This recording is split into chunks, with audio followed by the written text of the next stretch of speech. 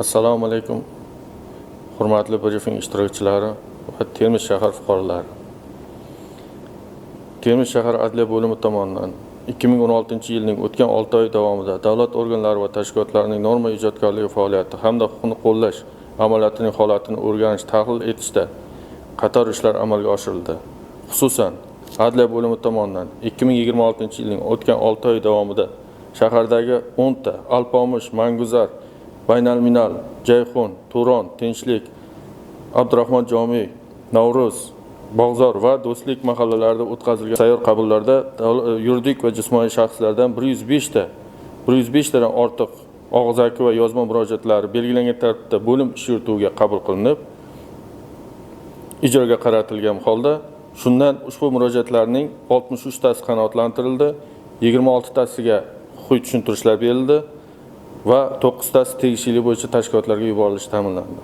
Shuningdek, 7 tasi keyingi chorakka qoldiq bo'lib o'tdi.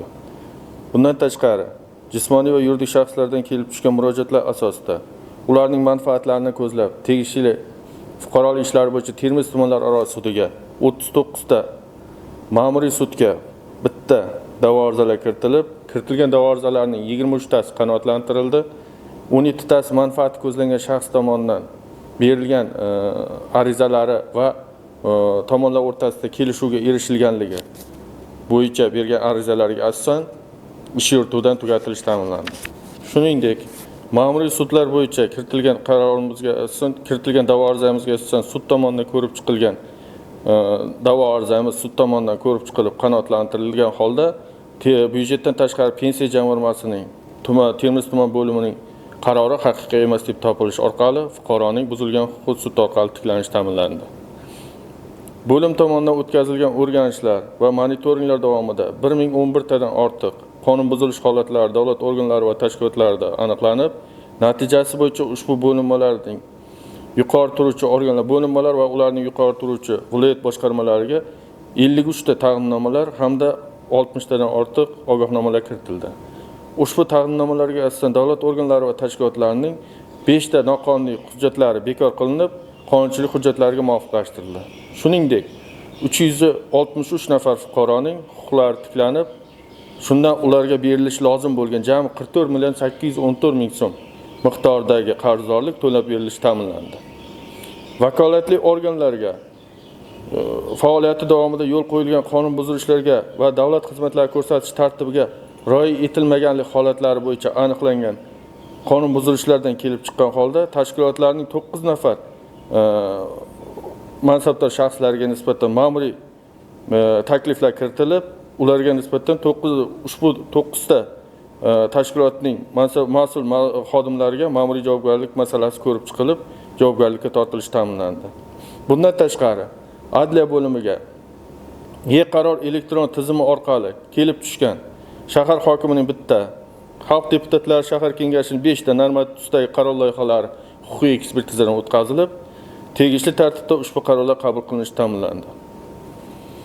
Mamlakatimizda amalga oshirilayotgan keng ko'lamli islohotlarning mazmun-mohiyatini, ahamiyatini ijrochilarga yetkazish, aholining huquqiy savodxonligini oshirish maqsadida 2167 ta huquqiy targ'ibot tadbirlari amalga oshirildi. Shundan 13 marotaba televideniyada, 15 marotaba radioda, 13 marotaba gazetalarda va boshqa elektron axborot vositalari, shu jumladan Telegramdagi guruhlarda 570 tadan ortiq huquqiy axborot materiallarini qisqacha matnlar joylashtirilishi ta'minlandi.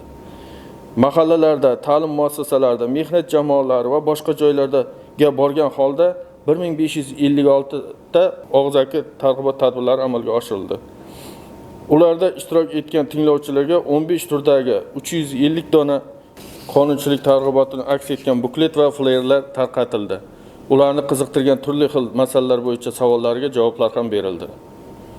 Yuqorida qayd etilganlarga ko'ra, kelgusida davlat organlari tashkilotlari shahardagi bo'linmalarning norma ijodkorligi faoliyati hamda huquqni qo'llash amaliyoti bo'yicha ishlarning samaradorligini yanada oshirish, bu bo'yicha bo'linmalar tomonidan qonunlar va boshqa normativ huquq hujjatlar ijrosini tashkil etishda tegishli qonunchilik hujjatlari talablariga qat'iy rioya qilinishlarini, mahalla fuqarolar yig'inlarida aholi ehtiyojlaridan kelib chiqib belgilanadigan birlamchi minimal standartlar talablarini ta'minlashga e'tiborni qaratishlari lozimdir.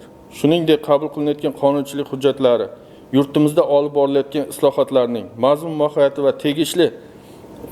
mohiyatini tegishli ijrochilar hamda quyi tuzilmalariga yetkazish hamda aholi o'rtasida tushuntirish ishlarini tashkil etishda bo'linmalarning huquqni qo'llash amaliyotini takomillashtirish bo'yicha takliflar ishlab chiqilishida ushbu bo'linmalar kelgusida ham adliya bo'limlari bilan hamkorlik qilishining samarali mexanizmini kuchaytirish choralarini ko'rish maqsadga muvofiq bo'ladi. E'tiborlaringiz uchun rahmat.